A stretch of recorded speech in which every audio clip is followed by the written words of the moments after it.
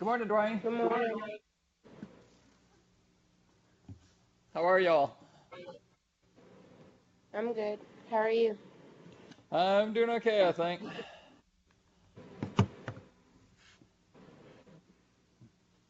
Dwayne didn't give you too hard of a time in the animal class yesterday, did he? No. Okay, just making sure. So, Dwayne, are you there?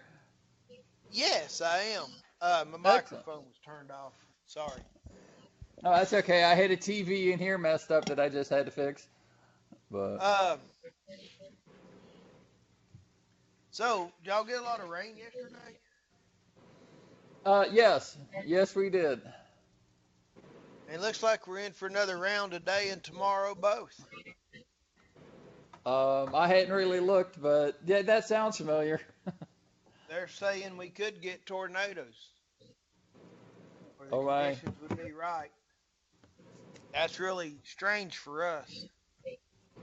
And we could get golf ball sized hail and tornadoes. And then Thursday and Friday, they're calling for snow. Really? Yeah, Oh my.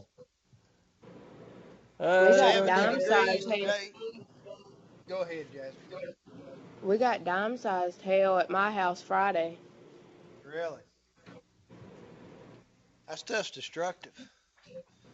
They're Yeah, it calling is. for, it's supposed to be in the 70s today and tomorrow, and then snow on Thursday and Friday. No, they're not calling for that for us.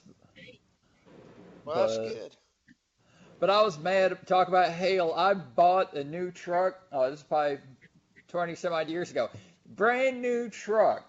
And I left the dealership and I like went somewhere to get some food. Hailstorm. I was not happy. How bad it tear it up? Oh, it wasn't too bad, but just I had a couple little dings on the roof that uh, I was not happy. No, I guess not. That's just one of them things. It's just enough to make you sick. Yeah, you sound like you have my type of luck. If it weren't for bad luck, I'd have no luck at all. Yeah, Which I used that's up. I used up all my luck finding my wife. So there we go. my. That's the line that I use. And I'll tell it to her face. I'm gonna have to remember that one. Is but then, but then of course I've got to do well. I had a little bit of extra luck when we had the kids. So. Yeah.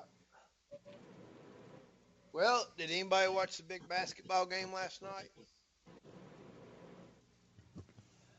Nope. I was in Greensboro. My daughter was in a play singing a couple of songs. So. Oh well. Well, that's more Yep. important than a ball game. Yes, it is. But what was it? Carolina won by like 6 finally. I guess 5 or 6. I didn't watch it either. Oh, okay. I watched a lot of those games, or not a lot, but check them out. Kind of kept try to keep what was going on with the tournament. And I watched the ends of both of the games Saturday. I didn't watch the whole game, just like the last 5 minutes or so of each game. And the last night I didn't. I was really wanting to watch it, but I didn't. I ended up spending time with my wife, and that was good. I did family over a game, so that's good. It wouldn't have, me watching it probably wouldn't have changed the outcome. And since I was rooting for Carolina, and I know you don't like Carolina, Tom, but I didn't want a West Coast team to win it. You got to root for the ACC team.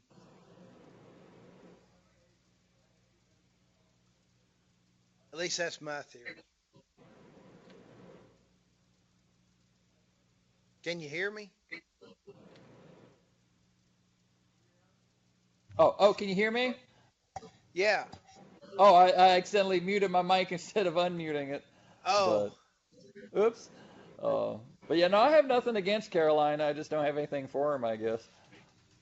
But Well, I was, of course, I was rooting for Tech, and Tech got put out. yes, I was just, so then it was any ACC team, and then they all got put out, but North Carolina. yeah. But oh well. Well, Keith is coming in the door, so we better stop talking about him. Uh, I'll quit talking about him. uh, but, uh, he, he's a little Keith, under the did you weather. watch the game last night? no, I tell you, Nobody who else won? did either. Don't feel bad. Well, I don't know if Carolina won. Oh, that's good. I don't know if Mr. Scales can show this to you, but half of my hives were destroyed by bear. Oh, ooh. Let's see. Which camera we're using? How are your hives doing? Are your bees getting pretty active where it's been warmer? Well, right now they're in a probably bear stomach right now. Half of them were All destroyed. right, that's pretty nice. Can you see that, Jasmine? No, I can't see it. It's facing you. All right, John, why don't you talk or Tom and get the camera onto you and show her that picture. What you're seeing there is the remnants of four beehives there. You can see to the left there is the bottom screen board. Then to the right of it is what they call a nuke, where the actual bees live. And then to the backside, you see two Supras and another bottom there. And then the 4x4s are the beams that they sit on above the ground. So you It can looks see that like the a bear barricade. got into it.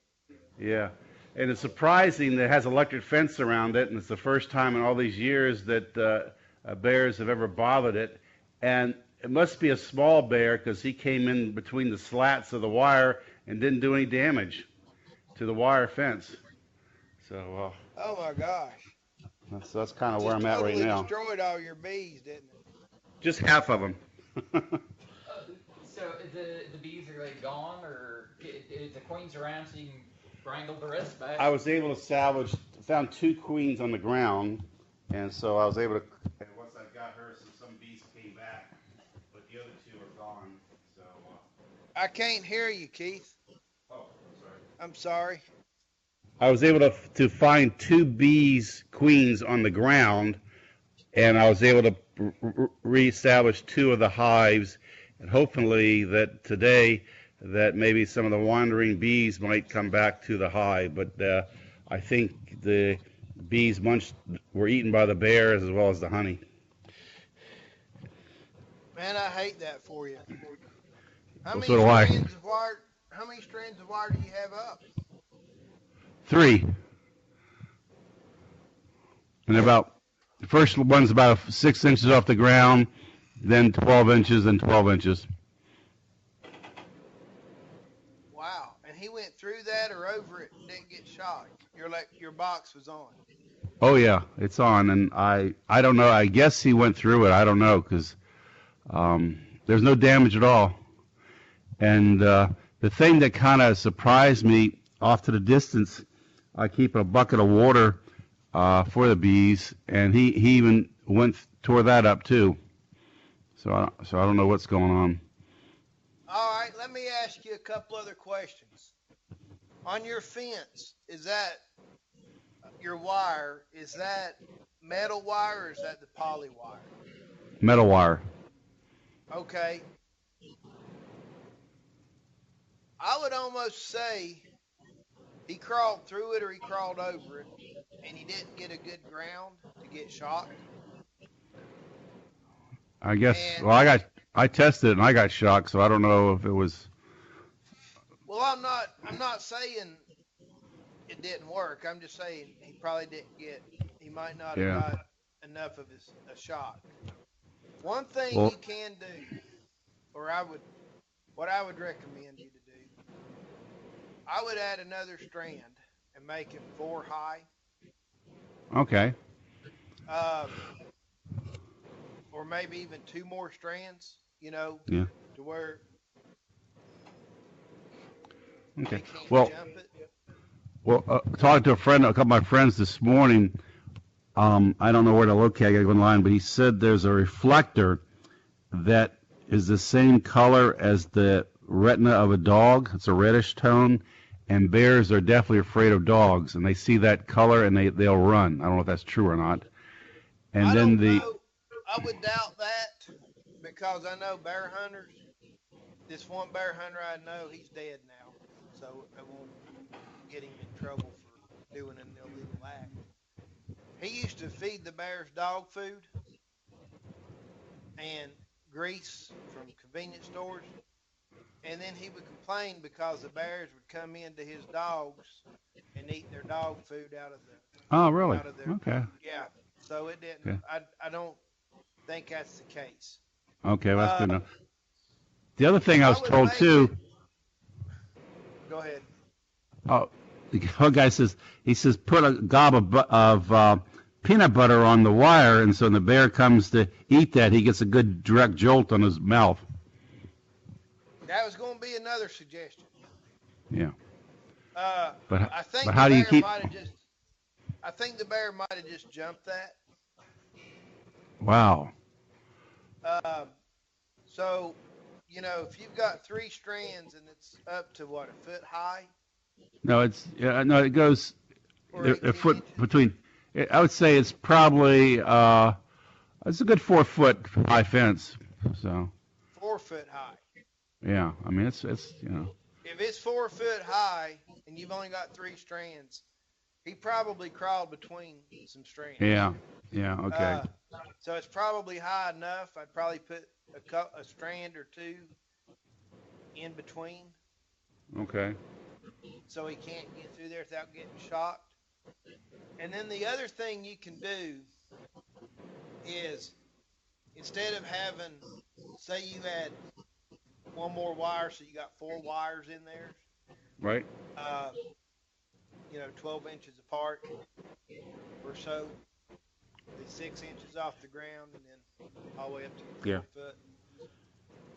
Uh, and Aaron and Tom, y'all correct me if I'm wrong.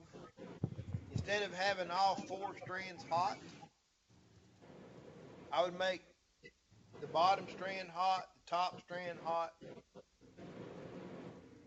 and maybe I'd add two wires. I'd make it so he doesn't have 12 inches, like okay 6 Yeah, or 8 inches between the yeah, but wires. you leave one of the middle ones not hot, so it's Yeah. just another ground, run it to ground. So I would have okay. a hot, dead, hot, dead, and hot. I'd So have when he three touches hots the and two deads. Because if he's crawling in between a couple of wires, one of the wires he's going to be touching is hot, and he's going to be touching another one that's going to oh be okay grounded. that's a So good idea. I'm going to do that when I leave class here. Matter of fact, I have to leave class a little early because I'm meeting up with a bear hunter. He wants to come in and see if he get. I don't know what's involved in. I've never hunted bear, never talked to anybody that hunts bears, but he's all That excited about coming in there.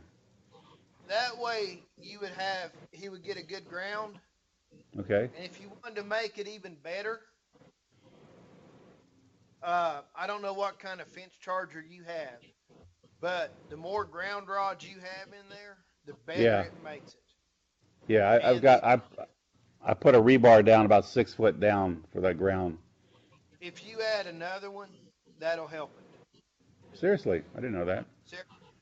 And then if you take a third one and put in there, don't hook this one on your charger. Hook it on your two dead wires. So, get one of those cables, the insulated wire Yeah. you can run underground. Scrape off the very end of it, wrap it around your dead wire, and then cut enough of it, and then scrape off the end and put it around your other dead wire so the insulation, if it touches the hot wire, it's not going to ground it out. Okay. And then connect that to the ground rod specifically for the ground deals. So why am Because I in the grounding the dead summertime, wire? Yeah, connect the two dead wires together and connect the two dead wires into a separate ground rod. Okay. And what happens when that ground gets dry in the summertime? Yeah. It does not conduct electricity very No, well I got a long. to make a ground. Yeah. So by having that ground rod in there, hopefully it's getting some moisture to it. Yeah. You can really give them a jolt when they touch the hot wire and the ground wire together. So should I put the ground wire kind of just add it to the wire going to the existing ground, or should I put another ground in another location? I would put another ground in another location. I didn't know about that. Okay. The I'll get stronger that. you make that ground, the more jolt they're going to get. Okay. I will do Now, that. do you have a tester to know how many volts your charger's putting out? Yeah, I do, but where it is, I don't know. Yeah. Yeah. Okay. I think if you were to test it, and when you add another ground rod about 10 feet away from your existing ground rod for your Okay. box, you Okay. should, if it doesn't increase electricity, it'll help. I don't know. It should help. It should help it. The more Okay. ground rods you have, the better it helps that box. I didn't know that. Now your charger, is it a continuous electric current through there, or is it one of those pulsating ones? It's it's a solar charger I have on it. So Okay, so it'll go pop, pop, pop, yeah, pop. yeah. Okay. Yeah, the extra ground rods will help you with that. I didn't. Okay, I'll be stopping at Track Supply, getting the supplies for that today. And then I'd put a ground on my dead wires. Okay, so do two of I'd those. take them off those insulators and make that thing as dead as that could get. Okay, good. Okay, I appreciate that. Thank you, sir. Aaron, you doing all right today? Yes, sir. Doing pretty good. Good. All right. Couple things real quick. The end of the semester is coming up on us. So for those of you in the class and for those of you that are online, please get the rest of your assignments in to me and take the exam if you haven't taken it yet. It's on Blackboard. And just get that behind us all so we don't have to rush to the end of the semester to do that. And try to get it done this week, please. Now, if you have any questions, call me. So today what I'd like to do is finish up chapter 12. And chapter 12, as we discussed, been talking about interacting with employees. We talked about when we need a translator and why, and it's best to use an outside translator. We talked about cultural differences. We talked about similarities between people and cultural differences. We talked a little bit about conversational skills. Does somebody have a microphone on? Is there a mic on in Keysville or something? We're getting a bunch of background noise.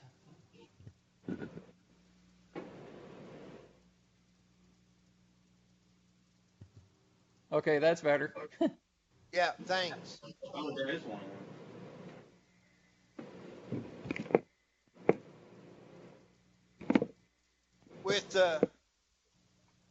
We discussed about conversational skills. Poor conversational skills hinder working as well as interpersonal relationships. And we talked about listening. That's a big thing with communication, is to actually listen to what the other person's saying. And it's hard work. And then, but when we listen, we're showing that we value our employees. We are increasing their value because they know we're interested in them. If we don't, or we ignore them, we can reduce the employee's value or another person's value. So it's negative, and we just don't want to do that.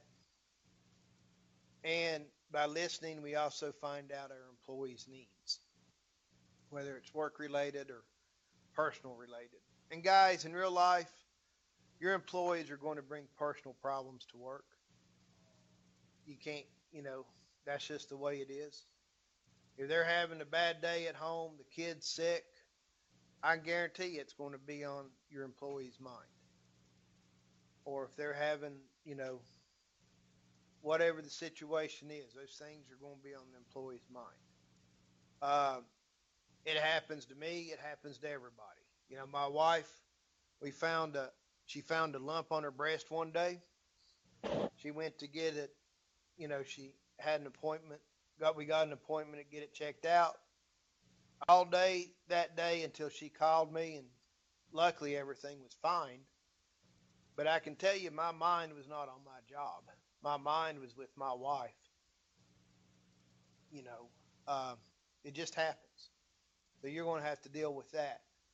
Um, so, when we're talking about our employees, or talking, thinking about our employees and their needs, they're going to talk to us, especially if it's a small company or a farm. You get to know your people, that you're working with constantly. Uh, Always take an interest in them. You're spending a lot of time with them. Uh, you want them to be productive. You want to show them value, that they are valued. So take an interest in what they have to say, but don't allow it to become overwhelming. We all know these people that every time you talk to them, everything's dramatized. Their life's just a big drama. Don't get caught up in that. You can show an interest, but don't get caught up in all their drama. Don't let it become overwhelming. Uh, and if you need to, don't be afraid to know when you need to recommend them to go see an expert, if they need to go talk to a counselor or something like that. Don't be afraid to tell them maybe you need to go talk to a counselor. Um, and there's different strategies for listening. I highly encourage you to read the chapter. It talks about these different strategies to listen to your employees. And, one of the things that you want to try to do, and it's hard, but, when an employee comes, or a coworker, uh, and they're unloading on you, you know, sometimes people just need to unload and you let it go. But if it's one of these people that everything's always a drama to them, you need to try to give the ownership of that problem back to that person. A good friend of mine, I love her to death. She's like a sister to me. I've known her and her husband for 20 plus years. They introduced me to the lady I'm now married to. She's a drama queen. I'm just going to tell you, everything's a big drama to her, and it's she'll call me, and or she used to give writing lessons, and every client was this big drama. And I told her, I said, hey, you just need to set the rules of your barn and abide by those rules.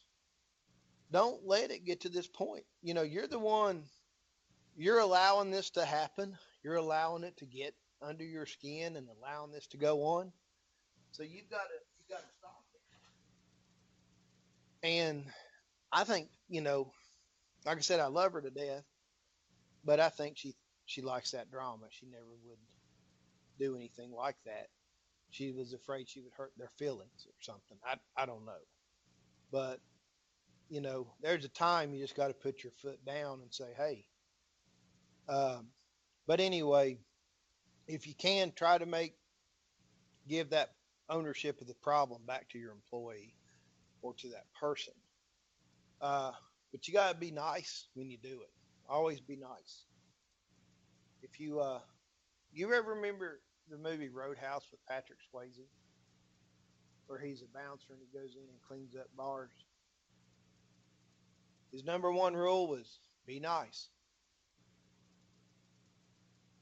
Always be nice. So be nice. Again, as a supervisor, you're going to wear many hats, and we talked about that previously. Uh, and between interacting with your employees and trying to meet their needs, trying to meet production needs, your manager or supervisory roles. Um, you're also going to be a counselor uh, to a point. So, you know, it's important, you know, to be able to listen effectively and to communicate effectively. They're essential when you're working with people, and it's essential in their everyday lives. This, as I said, this is one of the best chapters in the book to read because it not only applies to work, it applies to everything else in your life. My opinion, I think chapter 11 and chapter 12 are really good chapters that we can apply in our everyday lives, not just at work, but also in our personal lives. Anybody have any comments or questions or anything about chapter 12?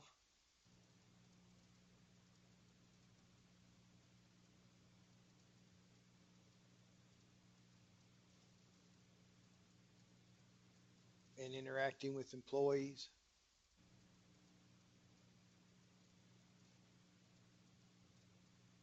All right. If not, we'll move on to the following chapter, chapter 13. And again, I think this is a really good chapter. Um, Did you have the I, PowerPoints posted? yep, they're posted.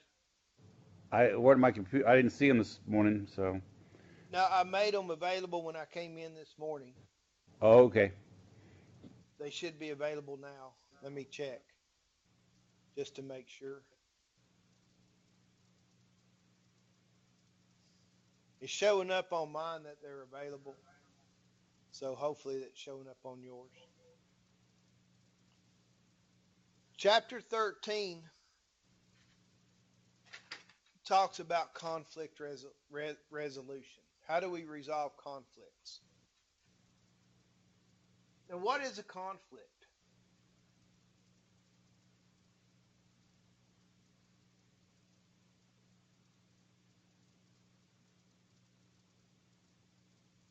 It's a disagreement. Okay, a disagreement. Is it at a certain level of disagreement, or is it any time there's a disagreement? Whether it's a mild disagreement or a major disagreement. Is there, if you had to rank disagreements from a scale from 1 to 10, where would the conflict start coming in? Would it come in at 1, or would it be up there when you're about to go into fighting? I think it would be at 1 because I think any disagreement could be a conflict. Okay, I'll agree with you. Anytime, the seeds of conflict are planted, anytime there's disharmony felt with any of the participants. So even though, we may talk and I may say, hey, we're going to do this, this, and this, and you don't agree with it, but I got to do it because I'm a student. I don't agree with this. I just got to do it. That seed of conflict's planted because there's disharmony with on the way you're feeling. I may not know it, but it's planted within you because you're at odds with what I'm saying. So whenever choices exist, the potential for disagreement exists, and the potential for disharmony and conflict also exists. Now, is choices a good thing or a bad thing?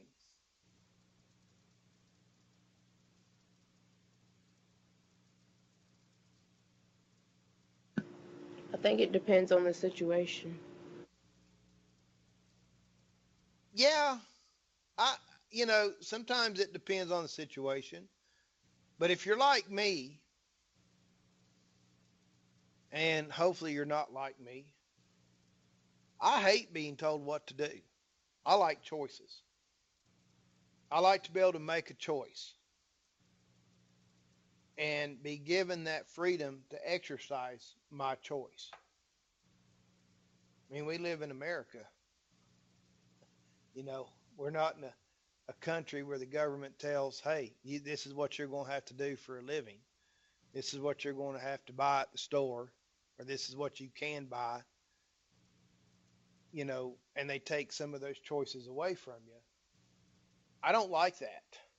I like being able to make a choice. And, granted, you have to live with the consequences of those choices and take ownership if it's the wrong choice or if something bad happens because of it. But I like I like it when I have options to choose from.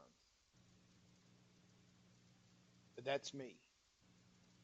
Um, some people don't like that. I do. Um, so, but at the same time, whenever there's choices and other people are involved, that potential for a disagreement exists. So, uh, hopefully we're mature enough to understand that and we can handle it in a mature manner. Um, the other thing you need to remember is people are differ in their sensitivities to comments or actions, people's ability to deal with stress. Um, I'm sure Keith has all sorts of stories and experiences to share with us about different levels of sensitivities of people, um, and different cultures. You know, people from different parts of the country are different. I mean, I take a look at my wife's family. Her aunt.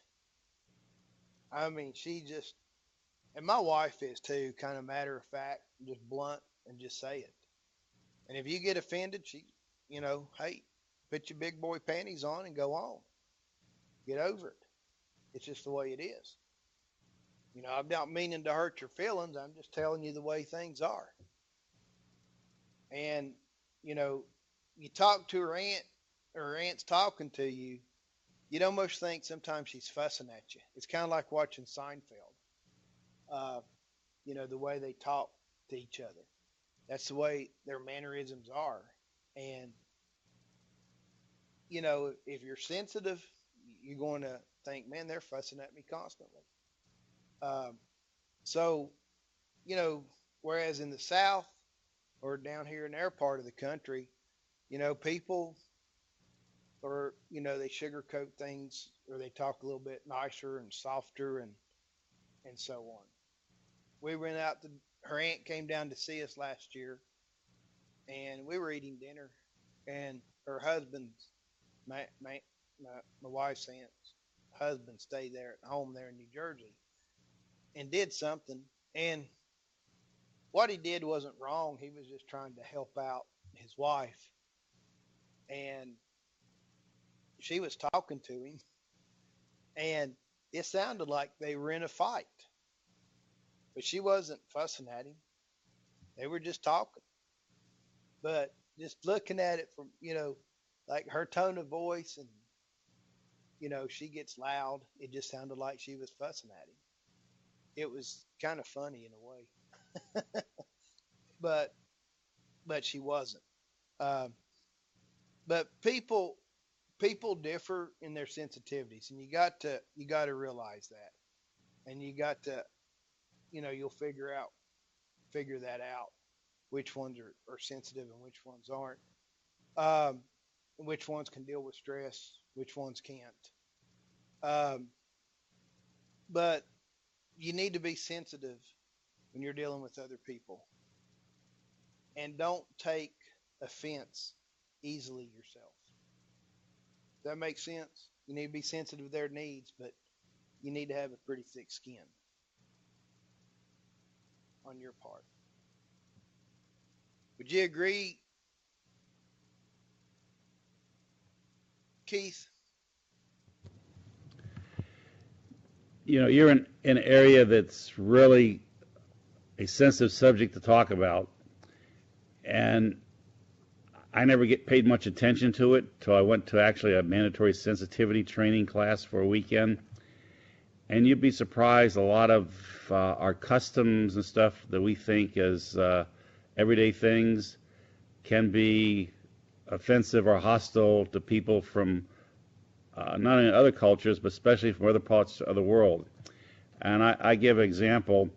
Um, when I was growing up, when a woman came into the room, you stood up. Or if Right. one time I was at airport, lady had her hands full with bags, and I went to open the door, and she cussed me out, and she was inferring that she was incapable of opening the door herself. So that was the last time I've ever held a door for anybody. It shocked my wife when I started opening when we were dating, and I would open doors for her. She wasn't used to it. She hadn't been around that. And even saying yes, ma'am, no, sir, some people are offended by that. Yes, I agree. Uh, but it's interesting. I was raised that way. Open doors for ladies. Yes, sir. No, ma'am. Yes, ma'am. No, sir. But people, like you said, people get offended. Uh, so it's interesting, and it's I don't know. You got to be careful. Um, but be aware of it. Um, what because you don't want disharmony, but you're going to have it anytime there's choices and choices to be made. You're not going to make everybody happy all the time, and some people are going to get upset. What you know, and there's going to be disagreements, and when there's disagreements, it's easy to hear the other person's side, but it's really hard to listen because sometimes we get convinced in our mind that our way's right. There's no other way around it. And it's, yeah, we'll hear them, but I'm not really listening to them. Y'all ever fallen into that trap?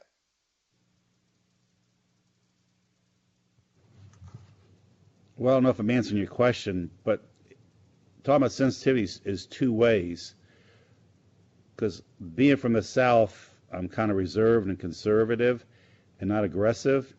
And in the business world, that trait is taken as a sign of weakness.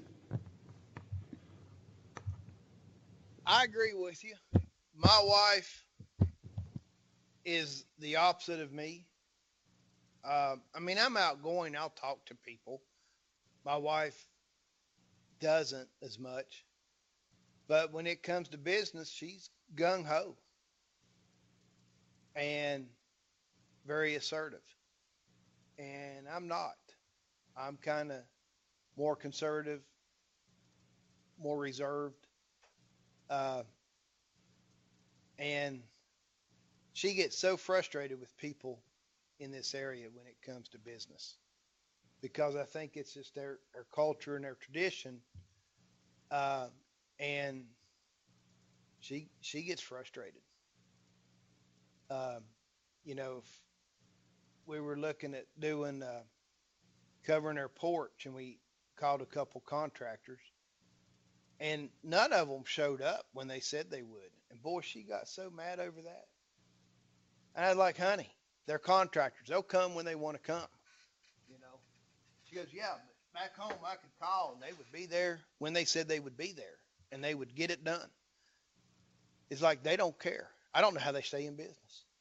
Like it's just the way it is. Yeah, you never call them during hunting season. Yeah, forget hunting season, dear. I think she's starting to understand that a little bit. You know, during deer season, just don't call people. Leave them alone. But you're not going to get nothing done. Or in the spring, when people start fishing, it gets good enough. They're going to be out fishing all the time. But it's just the way it is here. Whether it's right or whether it's wrong, it's just the way it is and the way it's always been. And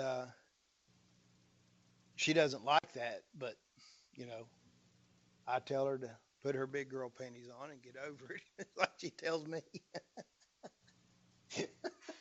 And that's probably not a good way to handle conflicts. But it works for us. We just have a laugh over it and go on. Like I said, you got to be thick-skinned.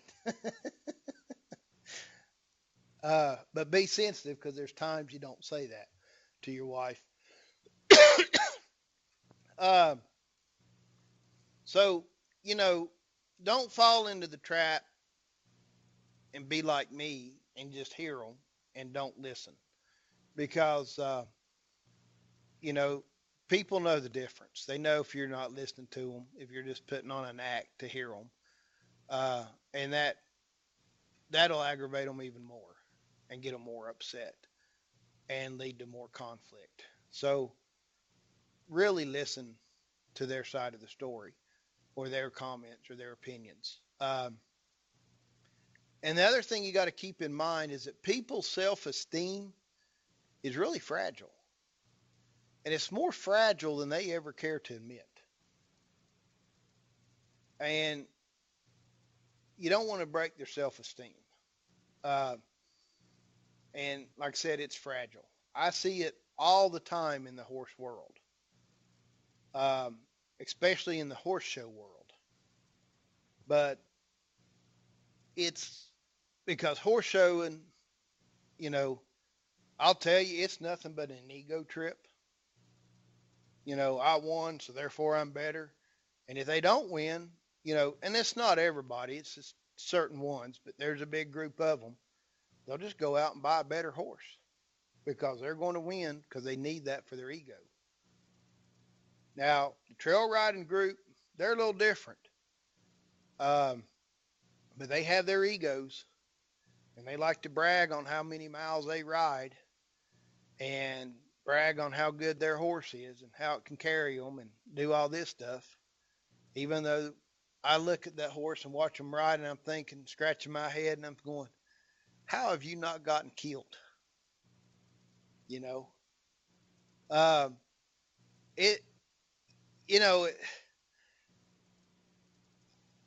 And sometimes, guys, I lose it. I'm not going to lie to you. I'm not the most tactful person. I went on, and I'll give you examples of what not to do from me when it comes to egos.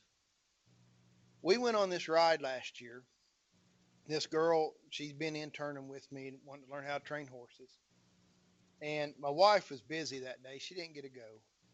So this girl, my intern, went, and she rode one of my fillies, one of my young horses. I was on another young horse.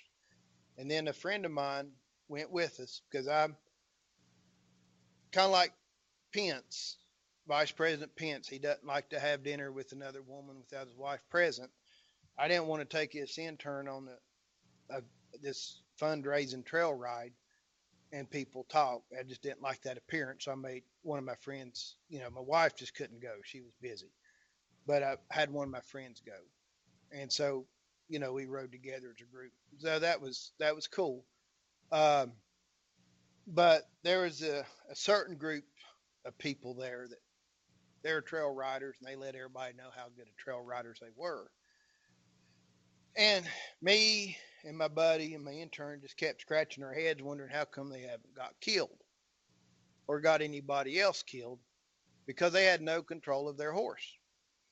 They wanted to stop their horse. They ran it right up into the tail of another rider.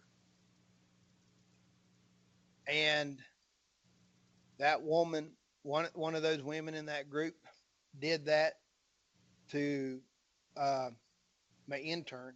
It's kind of like my intern was in front. Me and my buddy were behind her. We're kind of like a V formation. And we were talking. Me and my buddy was, and Caroline was in front. This woman comes barreling, wedges herself in between me and Jared, kind of pushes us out of the way, and runs right up into the back of my other horse to stop her horse. My horse wasn't going to have anything of that.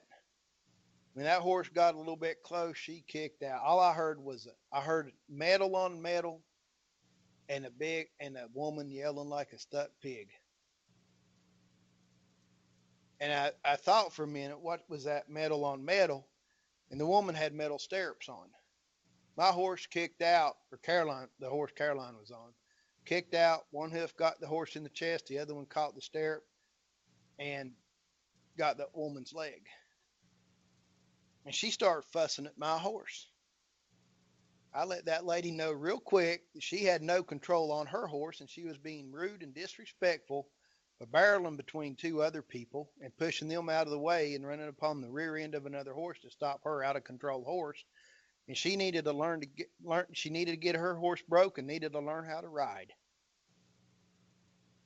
And I had no sympathy for her bloody, bruised up leg. And we just kept on going. Now, could I have handled that a lot better?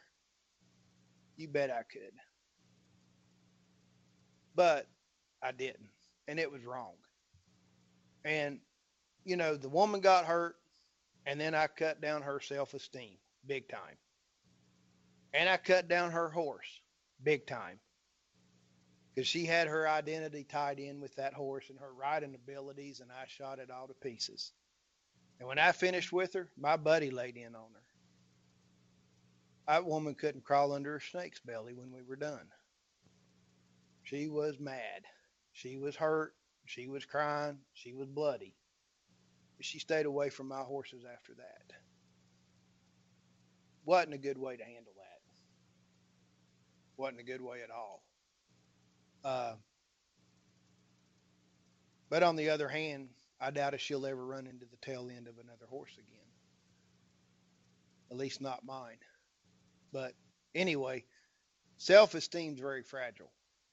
And don't follow my example, my lead, and go off the handle like that. She could have gotten some people hurt bad, and could have got herself hurt worse. Luckily, she didn't. Well, you just missed a good business opportunity. I did. You should have just had some cards and say, hey, by the way, here's my card. I'll be happy to take your horse and train him properly. And then That's maybe. Exactly right. I should have said, here's my card. Let me train your horse and teach you how to ride. See? I don't know what you charge, but I guess you could have said, cash in hand. That probably would have thrown salt on the wound.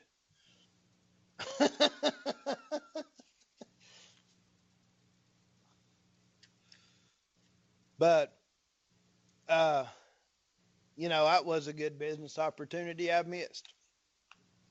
But anyway, unresolved conflicts will threaten our self-esteem. So it's important to work out conflicts. So how do you do that? How do you work out conflicts?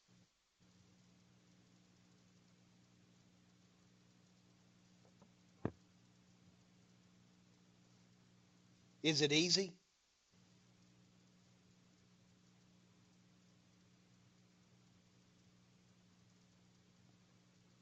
Aaron, I know there's some disharmony where you work from what you've said. How easy is it to work out the conflicts or those seeds of disharmony? I mean, I guess it just depends on what kind of conflict you got going on. Because I mean, we've had a few different ones, and they won't that easy resolving because everybody has a different view or different story of what's Yeah, going on.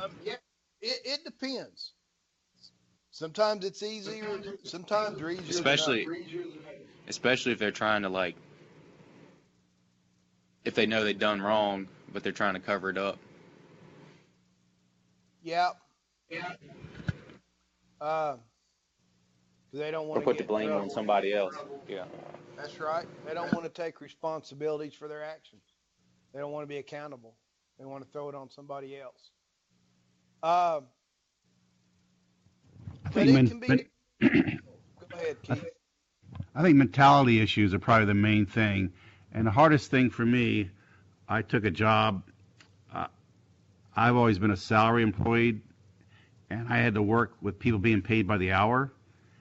And the whole mentality of the structure of the day is completely different from an hourly worker to a person get the job done and go home type atmosphere. Yeah, I'll agree with that. Um, it's different mentalities with that hourly or salary. And in a way, if you think about if you think about that mentality, working by the hour and trying to draw it out so you get more, get more money and it takes a little bit longer, you're basically stealing, right? You're stealing from the people that's paying you to do the job, whether it's your boss or, you're contracting work out by the hour to somebody, um,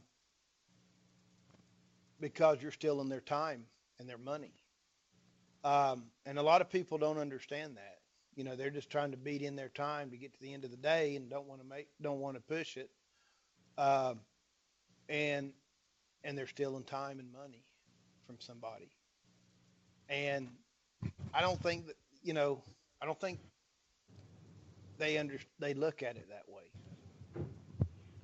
Yeah, But that's a good point. Never thought about it. And one of the things for every job that's out there, there are time and motion studies involved, and you can Google it and key it up, and it could tell you how long, how many people it take to unload a truck full of hay. So that gives you an idea, what you're looking at in manpower times and cost. huh, I did not know that. That's interesting. Um, It's the same thing that when your mechanic goes in to get your car, he might say he'll charge you for an hour's worth of work because that's what the book says, but he might get the job done in 15 minutes and you still pay for an hour's worth of work. yeah, I knew that. You know, it's like they got a book on what it's going to charge to change out an alternator on their labor rate, and that's what they're going to charge. Uh, Whether it takes them an hour or 2 hours, they're still charged that same deal, or 15 minutes or an hour. It doesn't matter. Um, but when it comes to working out disagreements, it takes skill, effort, and commitment. And we can sit there and we can discuss it, we can work it out. There's other alternatives that we use. We can avoid those people, right? I'm sure that lady that I just told you about is probably going to avoid me next time I see her. Uh, we can just give in. We can just continue to yield to somebody else's ideas or opinions and not speak up. And sometimes it may, may end up fighting, or people end up fighting to work out a disagreement. And that's something we don't want to happen at the workplace. And, when you're working, especially in a small company, it's hard to continue to avoid people. Um, and if you continue to yield your ideas to somebody else's, you're just going to keep building up more seeds of discontentment or disharmony, and you're going to leave. You're not going to be happy. So those three ways are not recommended to work out disagreements: fighting, yielding, and avoidance, because you're eventually going to leave either way, with yielding or avoidance. And fighting, that's not a good deal. Somebody's probably going to leave, or you're both going to leave, end up getting fired. Um, so you don't want to try to work out your agreements, those disagreements or conflicts, those three methods. It's not recommended. What is recommended, though, is that you sit there and you talk about the disagreements, um, and try to work them out. And by talking about it and trying to work it out, it's going to result, or, it brings about opportunities to strengthen relationships and improve productivity. It's not easy. You end up exposing yourself. You may end up exposing some of your weaknesses. You may have to admit that you even contributed to the problem, that we might have been part of that problem. Um,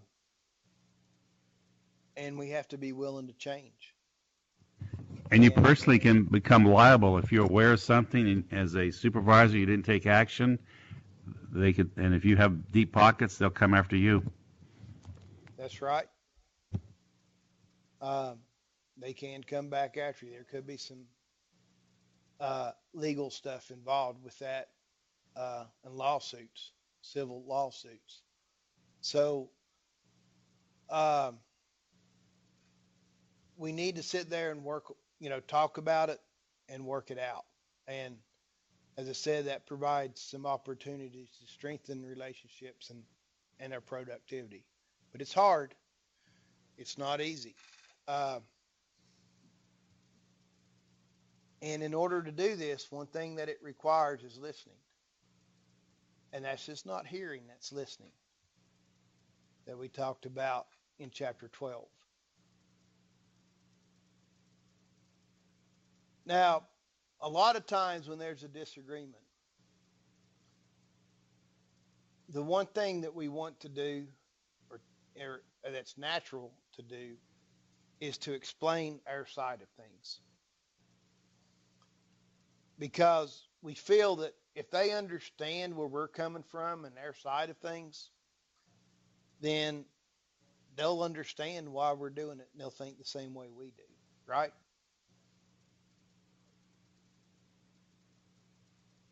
Would you agree with that or not? I agree. Okay. But we know from experience that's not always the case, right? Even growing up, when we were kids and we were trying to explain to our parents why we wanted a toy or a new bike or whatever it may be, we think if they could just understand how important this was and our need for us to have this new toy or this new bike, they'll come around to get it for us, right? Didn't always work though, did it?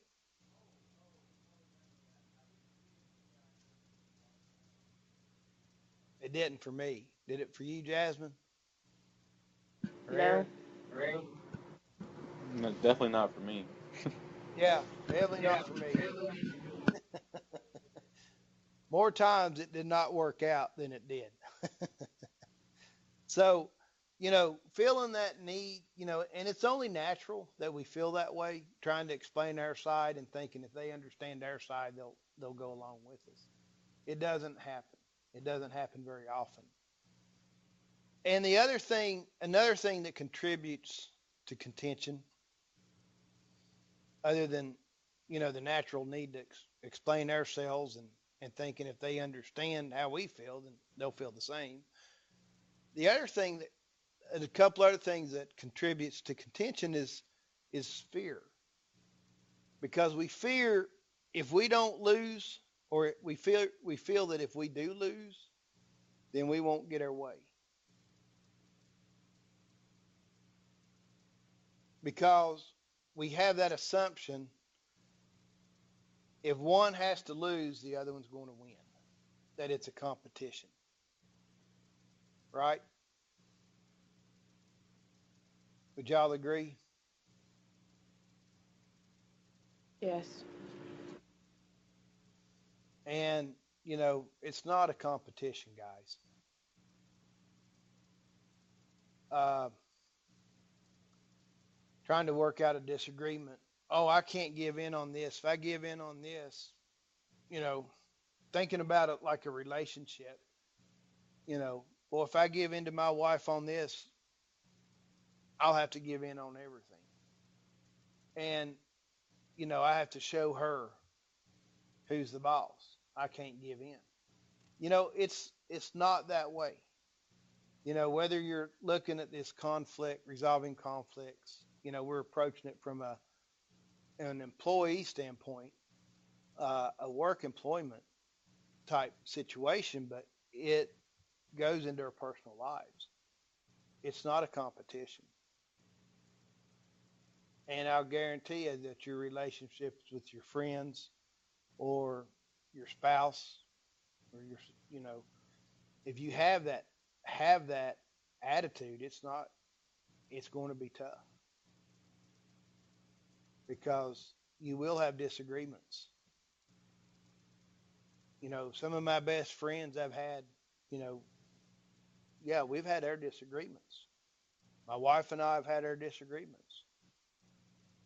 And, you know, but you always work them out, or we've always worked them out. I'm still friends with my friends and still married to my wife. But it's not been that competition type mentality. And you just can't, I win, you lose, or you lose, I lose and you win type situation. You can't, that's not going to work uh, in the long run. Stephen Covey, if you read, he wrote a book, Seven Habits of Highly Effective People. And that's a really good book. I recommend you guys to read. Uh, and in that book, he says, seek ye first to understand, then be understood. So, working out a disagreement, before you try to explain your position or make get people to understand your position of something, understand theirs first. See where they're coming from. Understand it. Really listen to them. Because when we go to work out disagreements, and what you'll find as you get older, um, and if you can set your pride and the competition and your fears aside, if you can sit there and figure out, if you can sit there and focus on what the needs are and not on your position, but what are the needs? You know, here's the need we have to do. We need to increase production. How do we do that? Or we need to do this or need to do that. If we focus on those needs rather than the position, we'll come up with a good solution that everybody can agree with or feel better about, instead of it being like a dictatorship. This is what we're going to do. You have to do it. And it may or may not work, but you're planting those seeds, and you're just creating more disharmony and more. more conflict. So trying to resolve conflicts, you have, listen and understand the other people's point of view and then focus on the needs. How do we meet those needs?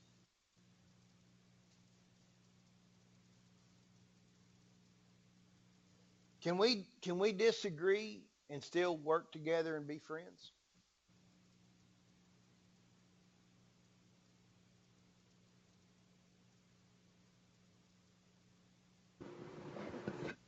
Yeah, I think so. Yeah, we sure can. How many of you, let's take politics for example. How many of you have friends that do not share your same political views?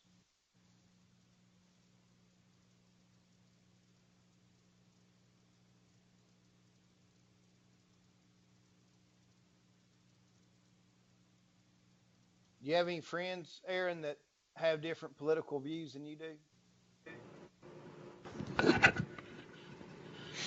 Yeah, I had quite a few that were Okay. All that right. were Let me. I'm non-Trump just using. people this year. Yeah. Well, I'm just using that for an example. You know, and you just agree to disagree, and you just still work through the problems, right? You know, there's a point. Okay, we're going to disagree about this, but we still got to come up with a solution. Uh, just like if we have friends, you know, that have different political views than what we have, or you know, we can still be friends with them. We just agree to disagree about our politics, and we're not going to really talk about it, right? And we still carry on our friendships, right? So, resolving conflict, sometimes it's just best we just agree to disagree and work on through whatever problem we're facing. We don't get caught up on some of these minute stuff. We'll just disagree on some of these little things. Let's focus on the big ones, and the little ones, you know, will work out. Or sometimes we focus on the little ones, and the big ones work out. It you know, that's kind of a management type deal, or it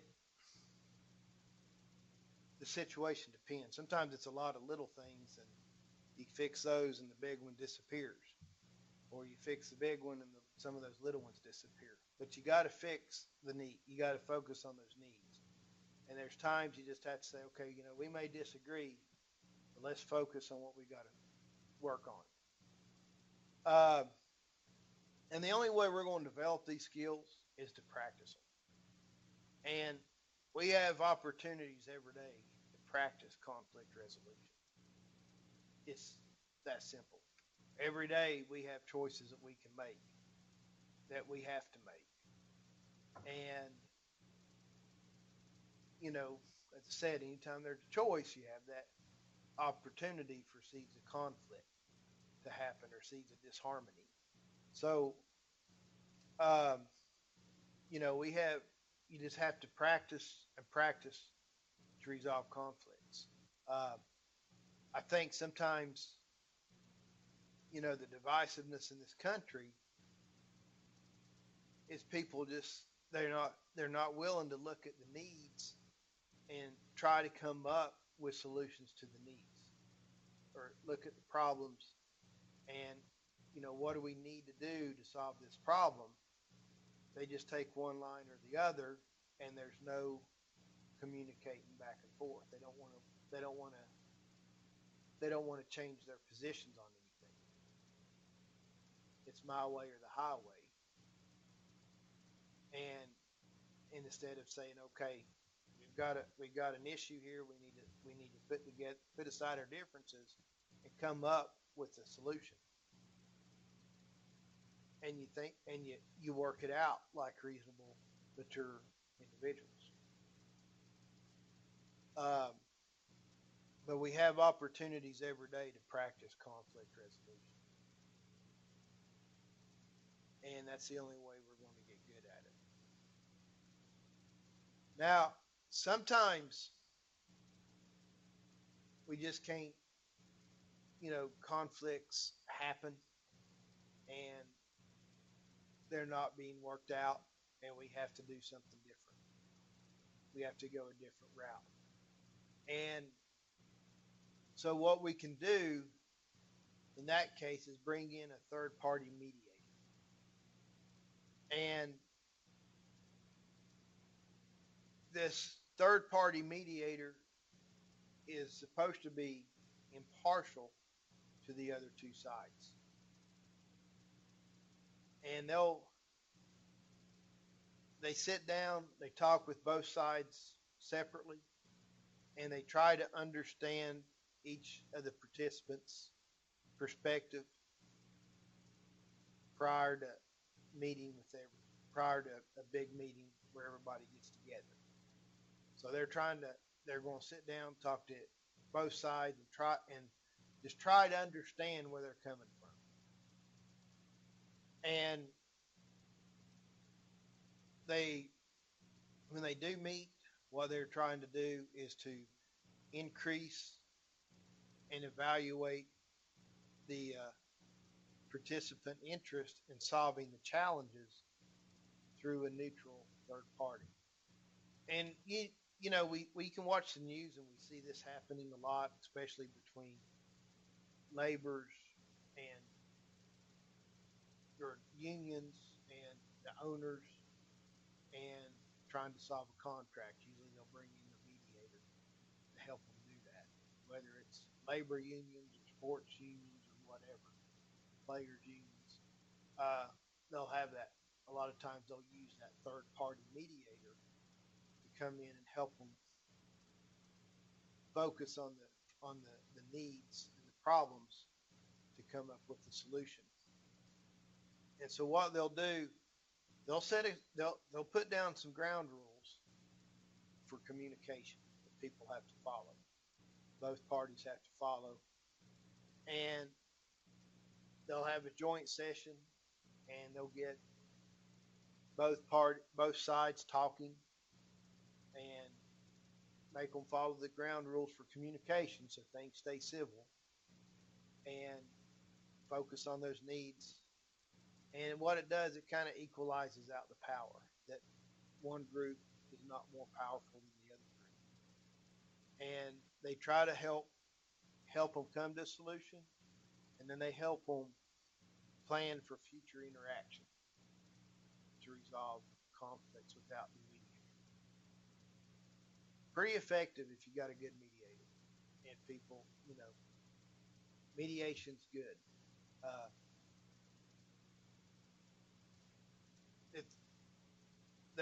It's just not, they don't use mediation solely for resolving conflicts. They'll use mediators too, like for planning sessions and stuff for groups or companies.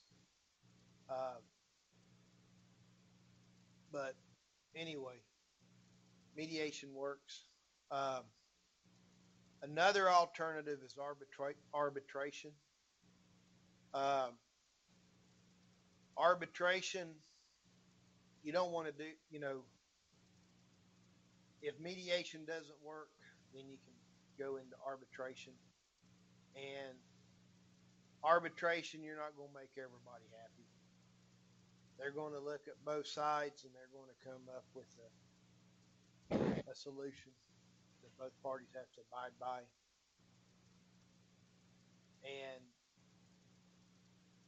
it may not be good. It may not be the best, but it's the third party doing it.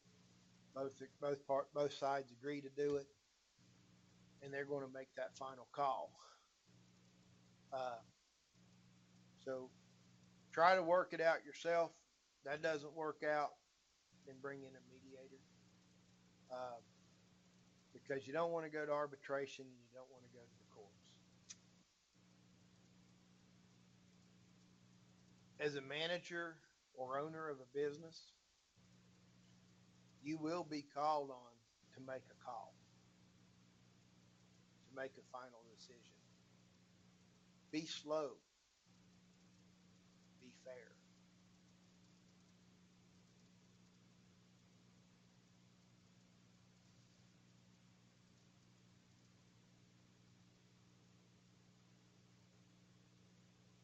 Any comments or questions?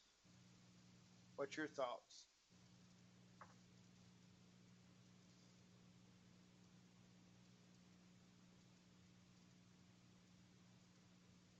Make sense to you or not?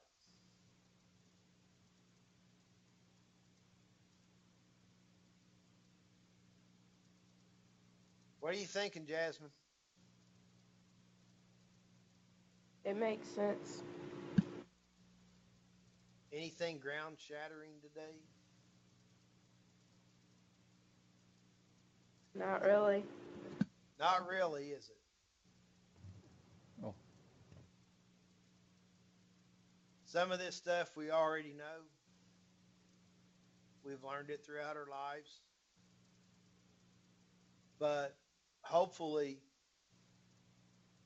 you kind of looking at the picture together, kind of putting it together. Man, when it comes to human relations, guys, human resources or relationships, I can't stress the importance of these last two chapters. You got to be a good communicator. You got to be able to listen. You got to be able to control your temper and control your tongue. And you got to be able to work out conflicts. It's not easy. It's hard. My dad, at one time, one of the positions he held at this manufacturing company he worked at, he had to keep peace between the salesman, the engineers, and the manufacturing in a company that made mining equipment. Because the salesmen, they go out and they're trying to sell mining equipment, right? They don't understand engineering. They don't, and some of the salesmen that dealt with overseas clients, like over in China in their coal mines, oh, that's not a problem. We can do everything in centimeters instead of inches and feet. And we can scale this down a little bit smaller since your mines are smaller. And then they'll sell them a piece of equipment. Not a big deal to scale it down a little bit. And then all of a sudden they give that to the engineers, and the engineers are freaking out. We've got to redesign everything, even the circuit board that runs the whole deal, and keep it cool so all these electronics don't overheat. And they're freaking out, and they're ready to kill that salesman because they've basically got to design a brand new piece of equipment under those specifications. And then the manufacturing side is like, there's no way this is going to work. These blueprints they gave us, it's not going to work. Lots of conflict going on there. And he had to try to keep peace between those three groups. My dad, he's a great listener. He's easy to talk to. He'll just sit there and he won't say nothing. He just sits there and listens and asks you questions. You know he's listening.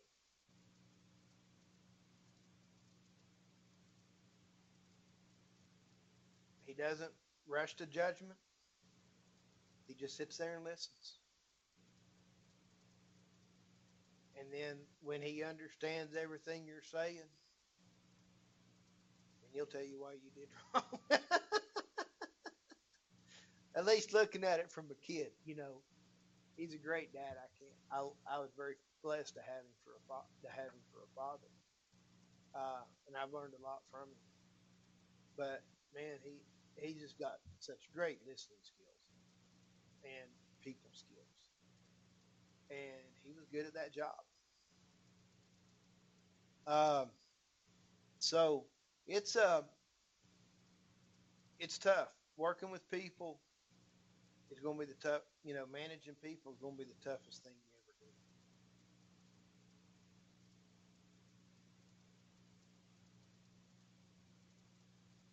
Any comments or questions?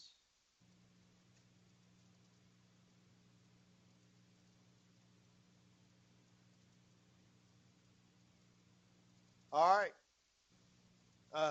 Tom, you still there? Yes, I am. You have anything to add? Uh, Agree with or anything? no, not really. No.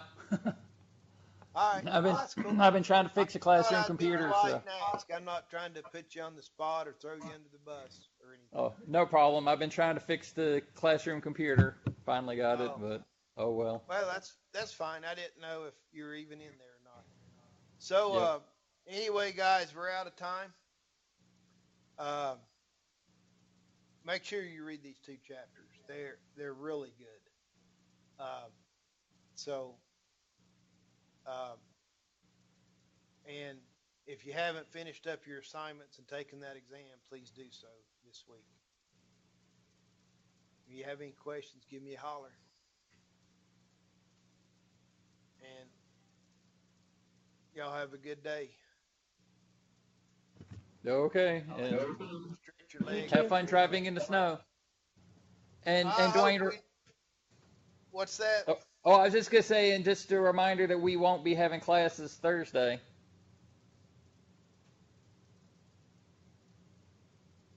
Are you Okay, still? Yeah. that's Okay. right. Yeah. So our people should be signing up for their classes. So Aaron and Jasmine, y'all better be signing up for classes, or I'll hunt you down. But either that, or we'll take you and we'll strap you to Keith's fence and let the bear come after you. I don't know. Yeah, maybe put you out of your misery from getting shocked. Yes. Oh, I meant to Well, tell let me y'all that tell you. What was that? I said I meant to tell y'all that I got accepted into Virginia Tech today. Oh, Congratulations. congratulations. All right. What are you going to be majoring in? Agronomy. All right. Get that dirt out of them Deal. fingernails. Good job. Congratulations, Thank Aaron. y'all. Thank We're you. real happy for you. Yeah. You're the second student in a week that's told me that they got into tech. Excellent. The Aaron, we're running out of semester, so uh, in your, I know you're taking the animal production class online. Yeah. Please, please get that final project to me. It's due in 2 weeks. Okay, yeah, I've got it done. I just got it. Do you want it on a PowerPoint or do you want it? How do you want it Both. all together? I want to, ideally it'd be nice if you come into class and give us a presentation. But I understand your Okay. work schedule. Probably not Yeah. going to happen. So if you'll put together a PowerPoint for me as well, I would appreciate Okay. it. But I do want, your whole workout. I want to see all your ration balancings and reproduction, genetics, forage management, and your economics of it, your costs. Okay. So, yeah. And the exam for animal production, the second exam, it's on Blackboard, and it is available to you now. You just need to go to the testing center to take it. Jasmine, you And said you're going to bring your laptop in and just take it tomorrow in class, right? Yes. Okay, I'll just give you the password tomorrow then when you get here. and Aaron, I've already sent the password to like everybody in the CLC, so hopefully you won't have any problems this time. All right, And thank you, if you Tom. do, Aaron, just give me a call. I can tell them what it is. But call me because I'll I'm more apt to answer the phone than with the emails. Okay. I check my emails usually at night or in the morning. I just checked it a minute ago because I'm expecting an email. I got to meet with the guy, see if he's on campus. But uh, you know, it's just give me a call if you have any issues, and I'll tell them the password if you should have any problems. All But right, I will. about let me tell you a funny story about my wife.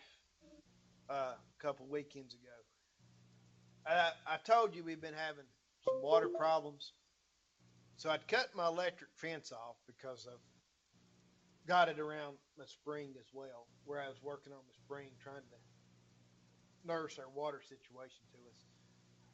And I had my fence cut off.